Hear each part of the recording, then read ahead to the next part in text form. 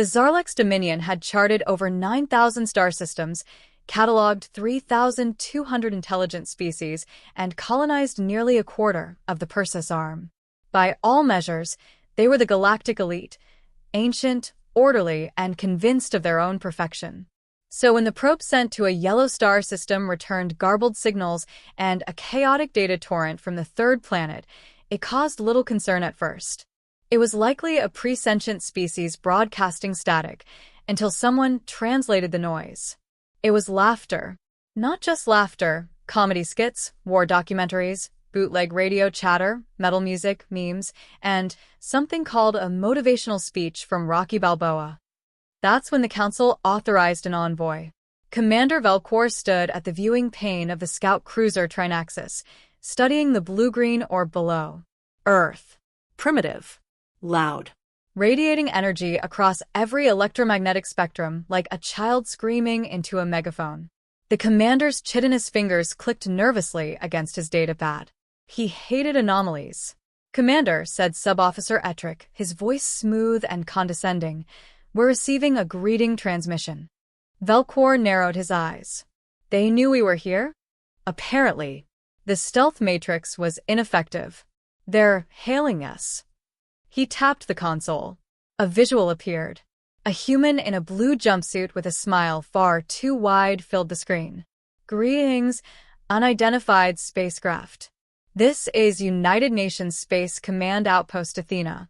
You've entered Earth's local space. Please identify yourself and state your purpose. Also, nice ship. We've been admiring your propulsion trail for hours." Velcor blinked. "They tracked us from orbit?" Ettrick looked sheepish. "They used optical telescopes and heat signatures." The humans had caught a cloaked interstellar vessel with what amounted to magnifying glasses and a thermal camera. Velcor grunted. "This species is unorthodox." The diplomatic envoy landed 2 days later. The humans had arranged a summit in Geneva.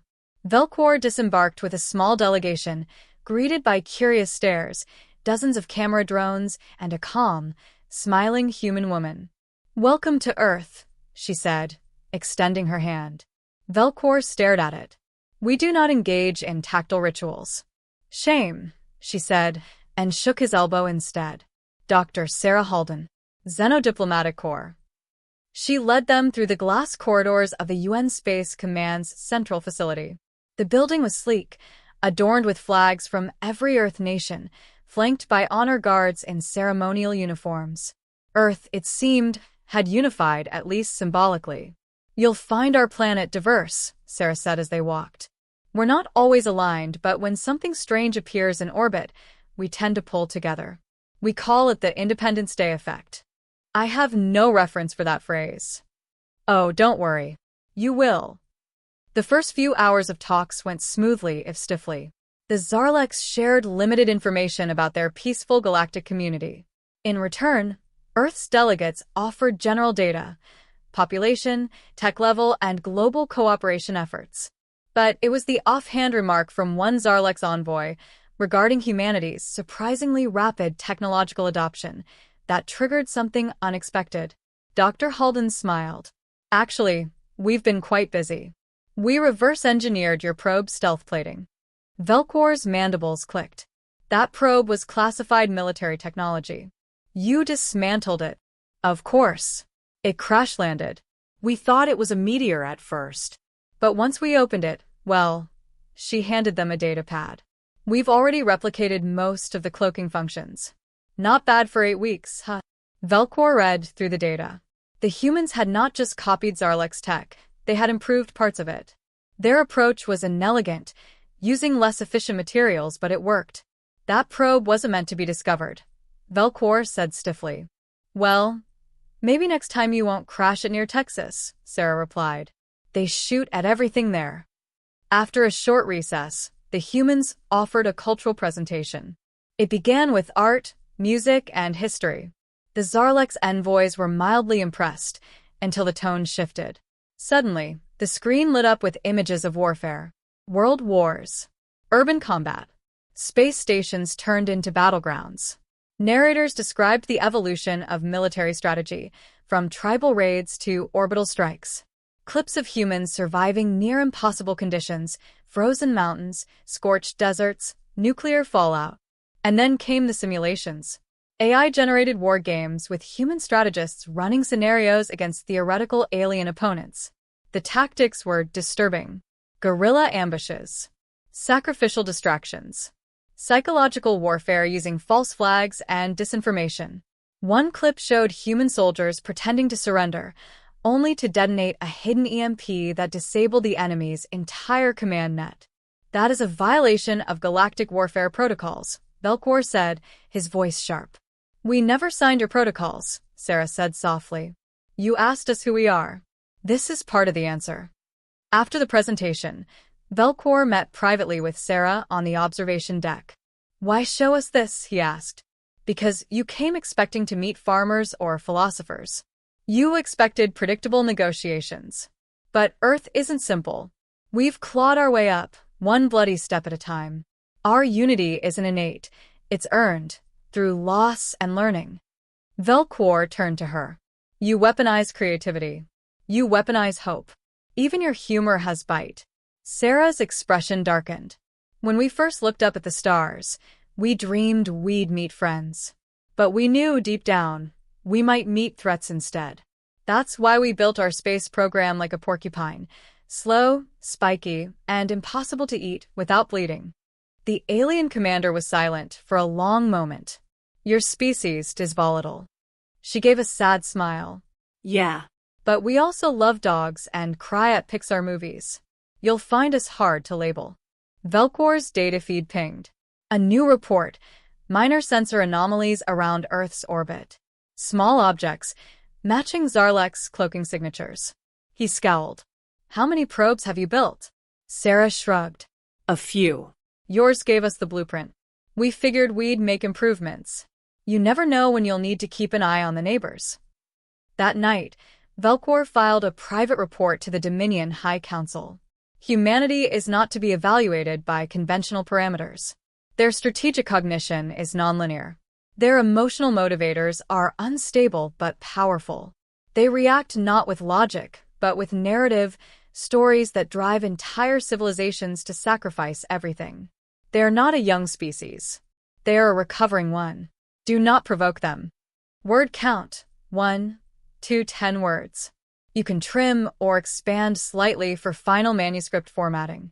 Would you like to proceed with Chapter 2, or would you like an editable document or story draft format to work from? The galactic doctrine was clear. Military simulations were diplomatic tools, meant to be demonstrations of coordination and skill, not actual contests. No blood. No chaos. No unpredictability. So when the Zarleks proposed a tactical exchange with humanity, it was out of a condescending curiosity, not fear. They assumed humans, while creative, would be unsophisticated in real-time, coordinated engagements. They were wrong. The simulation chamber aboard the Zarleks battleship Etherborn was immense, a hollow construct the size of a football stadium capable of generating terrain, weather, and even biological inputs. It was the pinnacle of alien training technology. Commander Belcor stood beside Dr. Sarah Halden in the observation deck. Below, 2 small teams prepared for the simulation. One was Zarleks, sleek, augmented, trained in centuries-old cooperative doctrines. The other, 6 humans in patchwork armor and non-standard gear, looked like a ragtag militia. Your soldiers don't match uniform specs, Belcor observed. That's because they're not a uniform force, Sarah replied. We pulled this team from multiple units.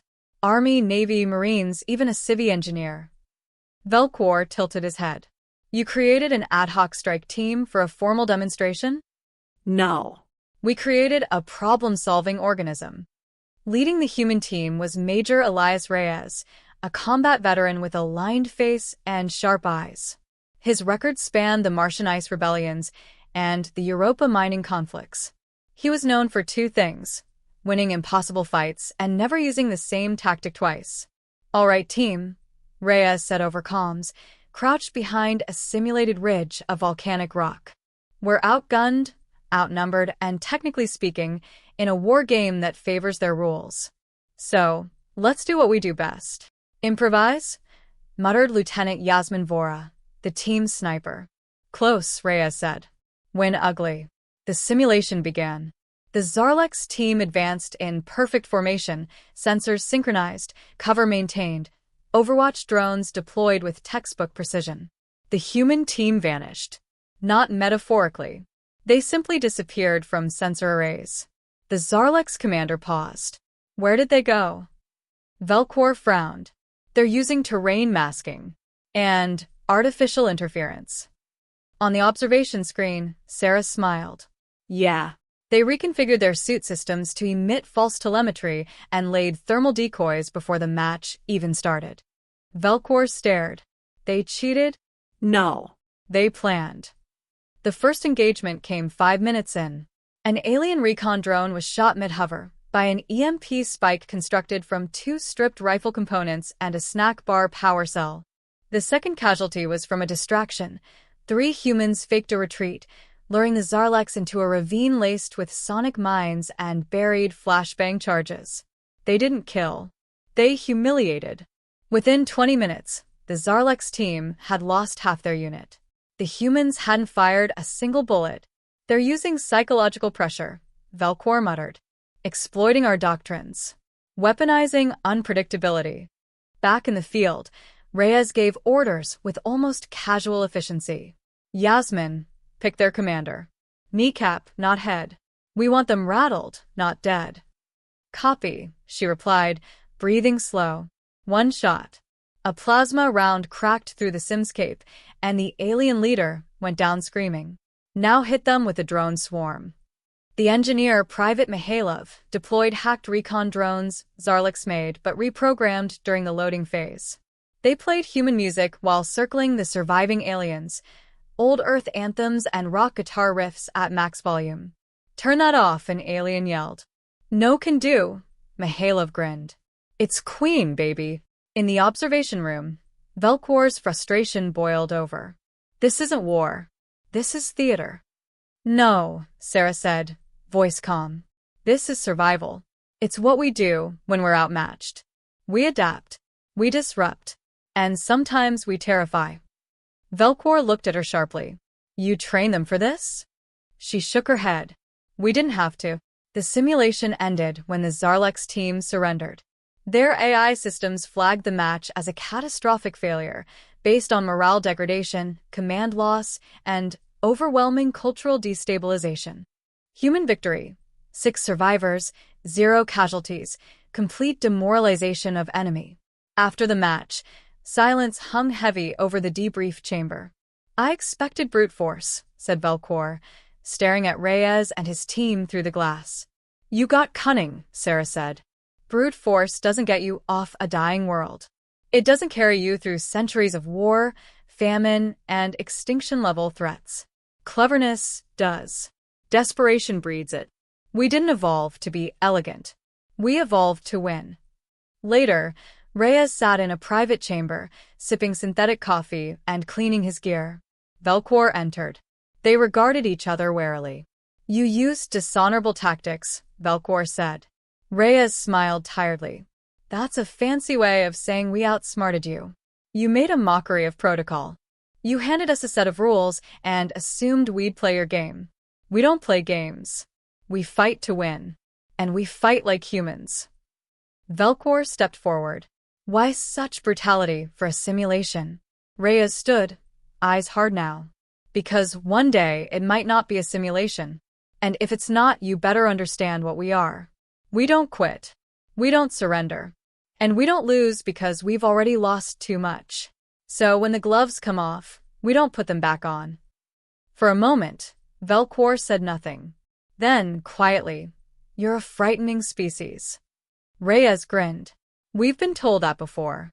The simulation report went viral through unofficial channels in the Dominion. Alien forums exploded with rumors. Some called humans monsters. Others called them geniuses. A few called them necessary. Velcor returned to his quarters and reviewed the footage once more. Not for tactics, but for something else. Emotion. He saw the human team move like a family. Sacrifice for each other. Laugh under pressure. Improvise on instinct.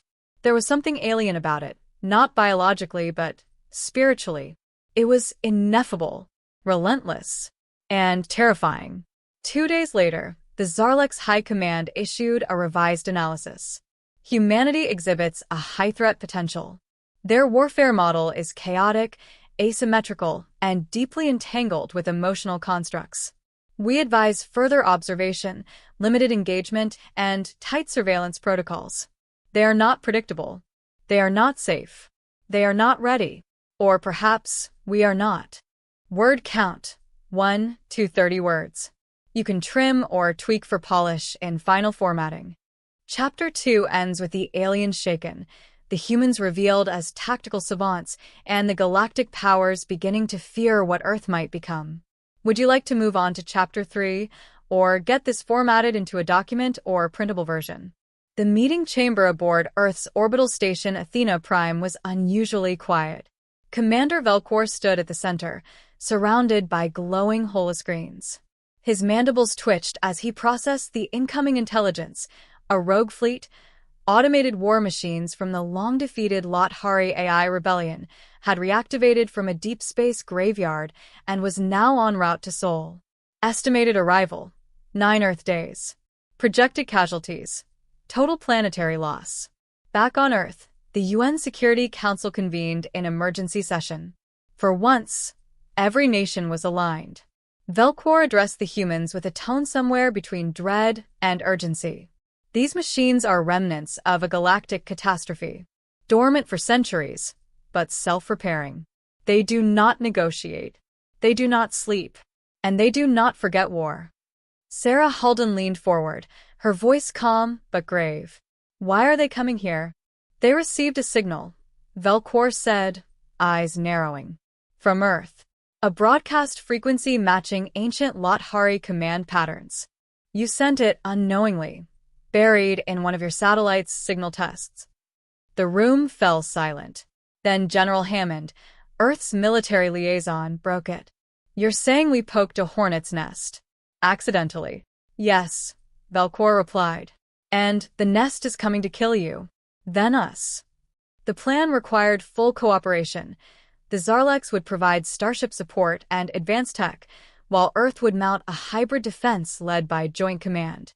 But one problem stood tall: doctrine incompatibility. Zarlek's fleets favored rigid hierarchies and predictive strategy trees. Human military doctrine was fluid, messy, driven by initiative and gut instinct. Their AI systems couldn't even model the same battlefields.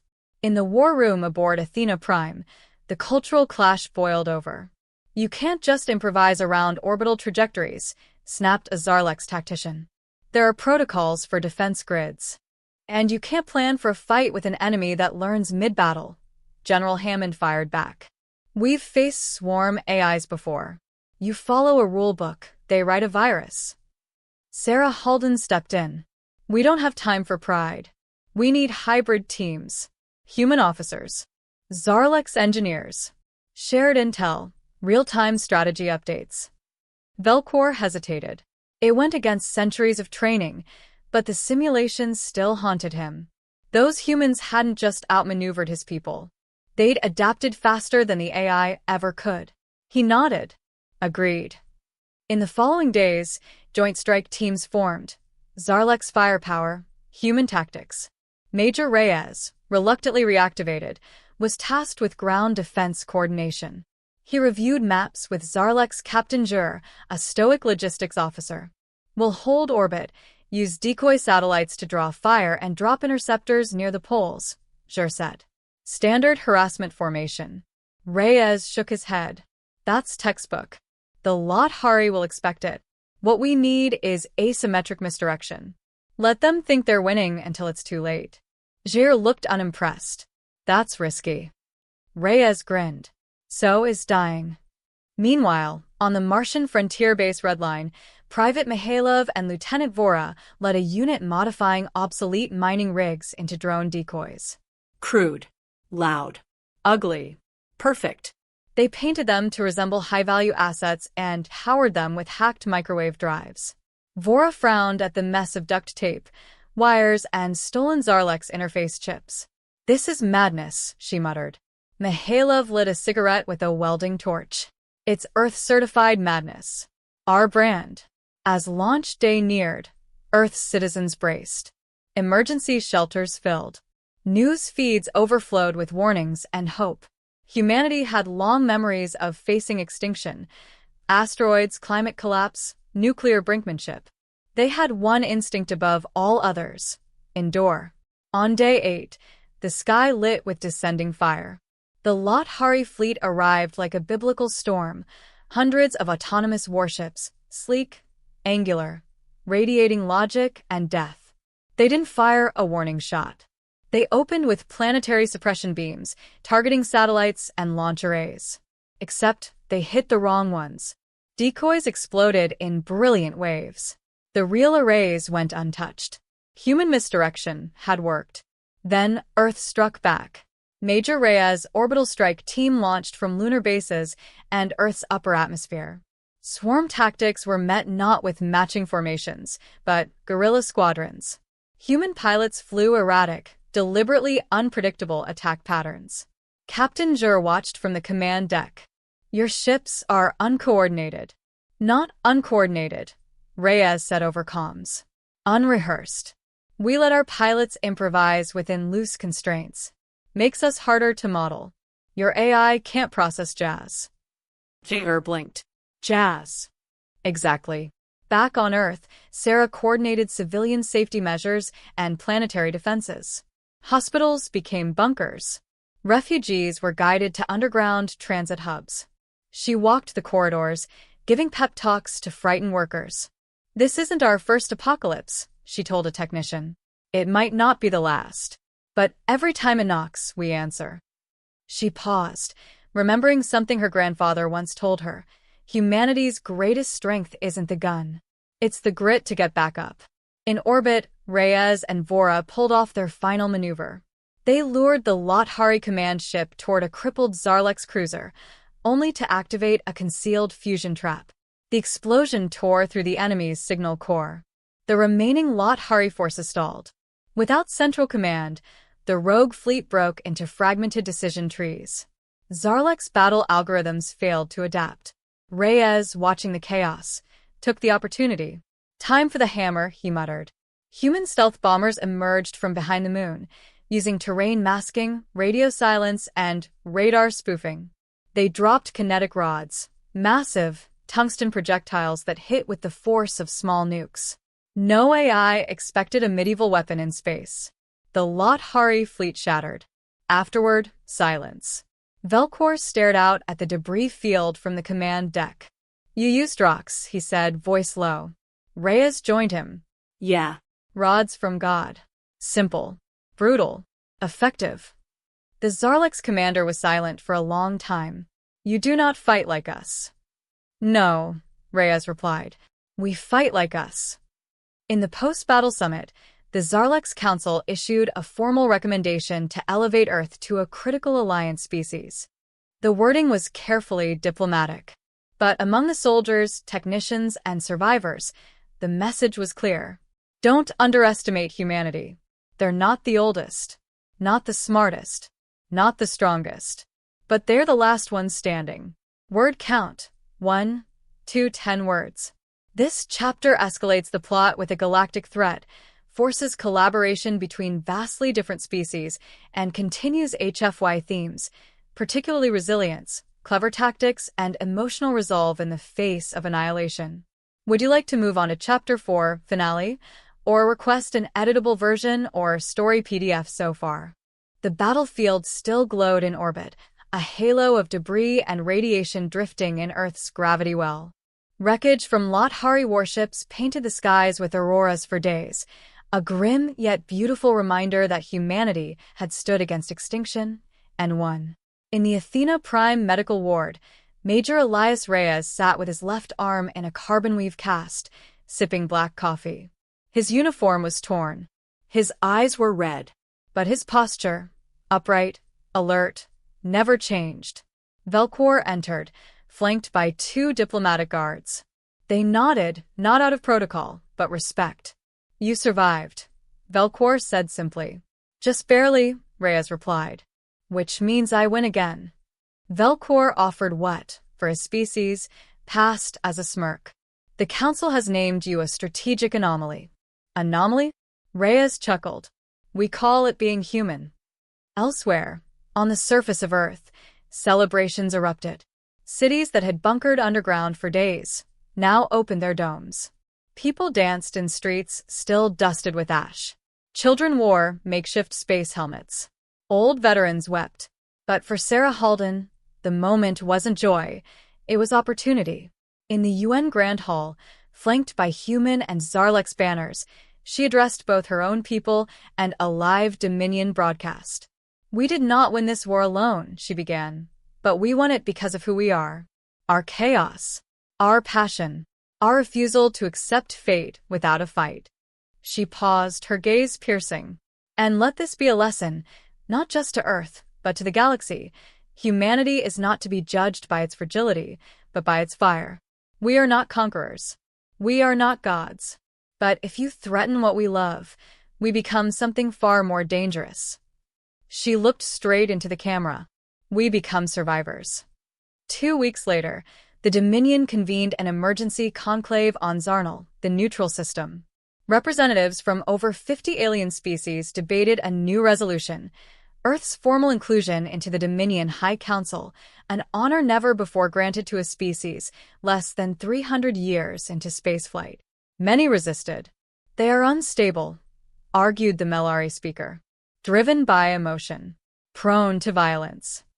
Exactly, replied Velcor. And they are the only ones who stopped the Lot-Hari resurgence. A hush followed. Then the Peluvian ambassador, long skeptical of humans, stood. They solved in days what our brightest failed to solve in decades. Not with superior tech, but with spirit. We have never seen their like. I vote yes. One by one, the votes fell into place. Humanity's seat at the galactic table was confirmed. Back aboard Athena Prime, Reyes walked the docking bay, where half-repaired strike craft bore scars of battle. Vora met him there, her own arm in a sling. We're celebrities now, she said dryly. I liked it better when nobody trusted us. Mihailov approached, grinning. They gave me a medal for reprogramming war drones using duct tape and chewing gum. It was bubble gum, Vora corrected. Still counts, he said. Reyes looked at them, then out the viewport, where Zarlex ships now orbited in peace. We didn't just win a war, he said. We changed the board. They'll never look at humans the same again. Good, Vora said. They shouldn't. Later that day, Reyes met with Velcor one final time. This time, not in a war room, but in the arboretum overlooking Earth. Velcor walked among the trees carefully, as if afraid to disturb their roots. You know, he said, your species is feared now. Some even think you're uncontainable. Reyes nodded. You can't contain a storm. Best you can do is learn how to dance in it. Velcor looked at him. Were you really? You're not the fastest nor strongest. You die easily. You break often. And yet you keep rising. Reyes sighed. You ever heard of the myth of Prometheus? Velcor blinked. Greek? Firebearer? Exactly. Stole fire from the gods. Got punished forever. But he lit the way for everyone else. That's what we are. We light the fire, even if it burns us. Velcor didn't speak. But something in him changed. Respect. The final Dominion broadcast from Earth wasn't a military declaration. It was a message of peace. A child, no more than 8 years old, stood on the roof of a rebuilt school. She looked into the camera and said, with simple clarity, My name is Amira. I'm from Earth. We love music and pizza and playing in the rain. We don't want to fight. But if someone tries to hurt my friends, I'll do what the heroes did. I'll stand. That broadcast echoed across hundreds of worlds. In the coming years, humans became both feared and revered. Not because they dominated, but because they refused to stay down. Their cultural exports exploded. Soldiers were invited to train alongside Dominion fleets. Philosophers debated what made humanity tick. And aliens began asking not how to defeat humans, but how to understand them. A decade later, on the bridge of the Dominion flagship Unity, a new conflict threatened a border colony. Pirates with alien tech held thousands hostage. The High Council froze, debating ethics, logistics, jurisdiction, until a single voice cut through. General Yasmin Vora, now decorated and scarred, leaned into the comms. Permission to deploy the Earth Doctrine. The room went silent. Then, reluctant, but certain, Velcor, now Chancellor, gave the order. Deploy it. Let the galaxy remember. Epilogue 100 years later. In a museum orbiting the Zarnal core, a small plaque sits beneath a preserved Earth combat uniform. It reads, "This artifact belonged to Major Elias Reyes of Earth, warrior, strategist, survivor. His leadership in the Lat-Hari crisis marked the beginning of a new era. He once said, 'We're not the monsters you think we are, but we're not angels either. We're just human. And sometimes that's worse.'" Word count: 1, 2, 10 words. Chapter 4 Summary and Key Elements. Main Events. Aftermath of the Lat-Hari defeat. Earth's political rise in the Dominion. Cultural shift. Humanity becomes both symbol and warning. Emotional reflections by Reyes, Velcor, and others. Final thematic HFY message through humanity's emotional strength and moral ambiguity. Key character developments. Reyes transitions from soldier to symbolic leader. Velcor evolves from skeptic to ally. Vora and Mihailov become the next generation of human leaders. Sarah frames humanity's spirit on a diplomatic level. Major conflicts/turning points. The Council vote for Earth's inclusion. The galaxy's fear turning into fascination. Reyes and Velcor's last conversation solidifying mutual respect. Emotional and thematic beats. Triumph through resilience. Philosophical exploration of what human means. HFY message. Survival, improvisation, and the fire of spirit. Moral ambiguity. Humanity as protector and potential threat. World-building notes. Dominion governance, shown in full. Alien perception of humans matures. Seeds of future conflict or alliances sown through legacy. Would you like me to compile all 4 chapters into a single formatted document or editable file?